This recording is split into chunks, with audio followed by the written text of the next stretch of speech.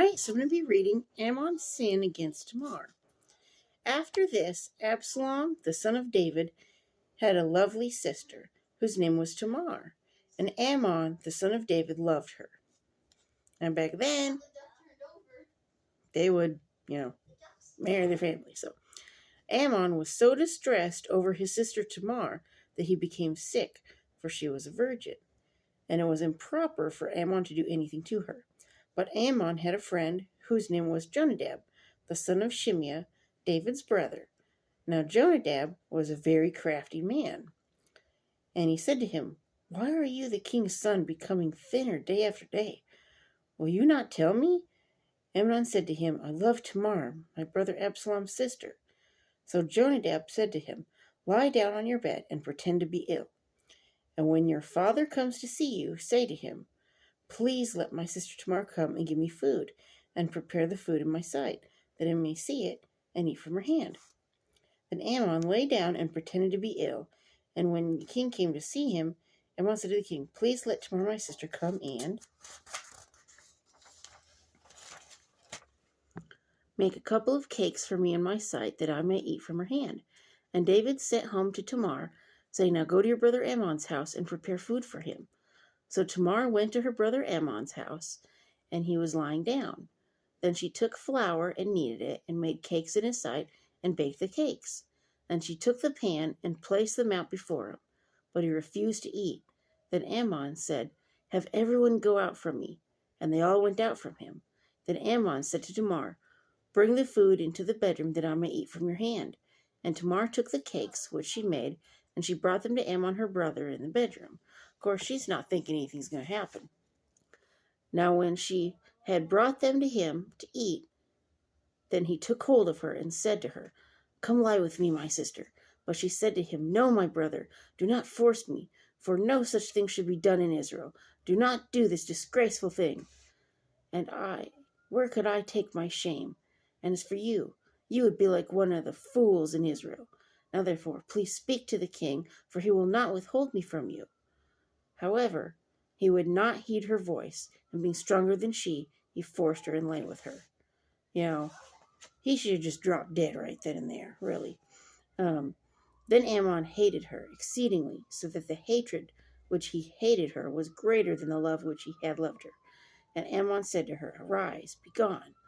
So she said to him, "No, indeed, this evil of sending me away is worse than the other that you did to me." But he would not listen to her.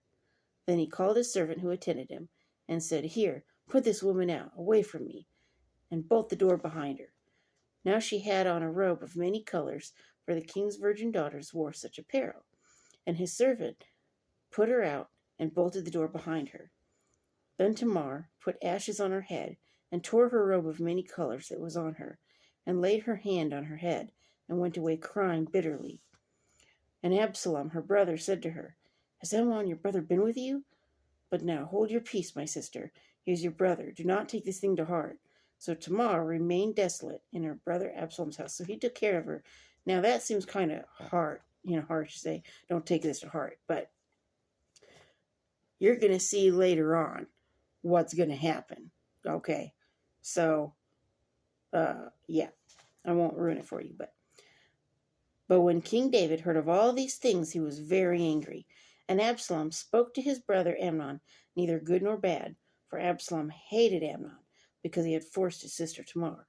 And it came to pass, after 2 full years, that Absalom had sheep shearers in Baal-hazor, which is near Ephraim. So Absalom invited all the king's sons. Then Absalom came to the king and said, "Kindly note, your servant has sheep shearers. Please let the king and his servants go with your servant." But the king said to Absalom, "No, my son, let us not all go now, lest we be a burden to you." Then he urged him, but he would not go, and he blessed him. Then Absalom said, "If not, please let my brother Amnon go with us." And the king said to him, "Why should he go with you?" But Absalom urged him, so he let Amnon and all the king's sons go with him. So, you'll see, it's getting good, okay? Now Absalom had commanded his servants, saying, "Watch now, when Amnon's heart is merry with wine. And when I say to you, strike Amnon and kill him, do not be afraid. Have I not commanded you? Be courageous and valiant.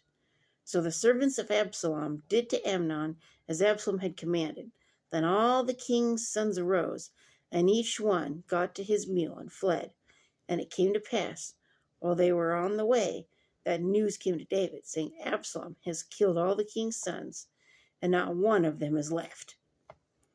So the king arose and tore his garments, and lay on the ground, and all his servants stood by with their clothes torn. Then Jonadab, the son of Shemiah, David's brother, answered and said, Let not my lord suppose they have killed all the young men, the king's sons, for only Amnon is dead. For by the command of Absalom, this has been determined from the day that he forced his sister Tamar. So he had been planning this. He's like, he has his day coming. Now therefore, let not my lord the king take this thing to heart, to think that all the king's sons are dead, for only Amnon is dead. Then Absalom fled, and the young man who was keeping watch lifted his eyes and looked, and there many people were coming from the road on the hillside behind him. And Jonadab said to the king, Look, the king's sons are coming. As your servant said, so it is.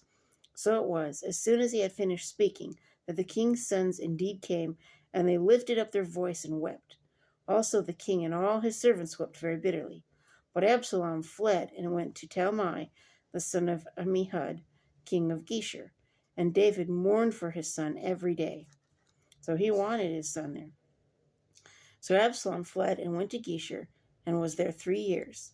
And King David longed to go to Absalom, for he had been comforted concerning Amnon, because he was dead. Well, Amnon deserved it. You know, when you do evil things are going to happen to you. You know, evil things happen to people that are good. Think about how much more evil things are going to happen to people that do evil things. You know, it just is what it is. So, yep. So anyway, now next, we're going to be reading Joab's scheme for Absalom's return. So, I'm going to try and get Absalom back. So, we'll see how that goes. So anyway, peace, everybody. Have a good Monday. I know it's so just freezing rain, and I know a lot of the country's just covered in snow and cold, and you know, it's crazy, you know, but I guess we need it, you know. So anyway,